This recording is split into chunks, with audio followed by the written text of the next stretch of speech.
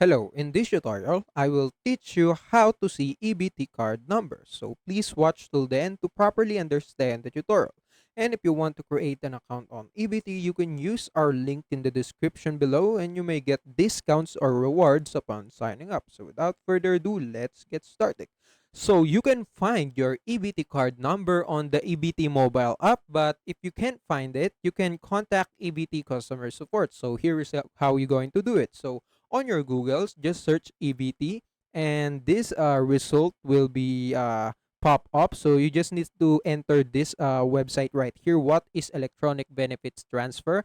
So make sure that you go on the right website. This is their link. So make sure to copy it if you can pause it. So now I'm going to the website, and right here on the website, what I'm going to do is to go to the top side until I find contact us. So here it is. So after I click it, I will be redirected to the contact page of the EBT, and right here I will be shown their location, their branch location, and if I want to go to them personally and ask them for help, I can go to this location or I can call their number right here. So this is their main phone number if I want to, contact them and ask for help. So here in this phone number, I recommend you to use this because it's easier than going to them personally. It's easier to contact them.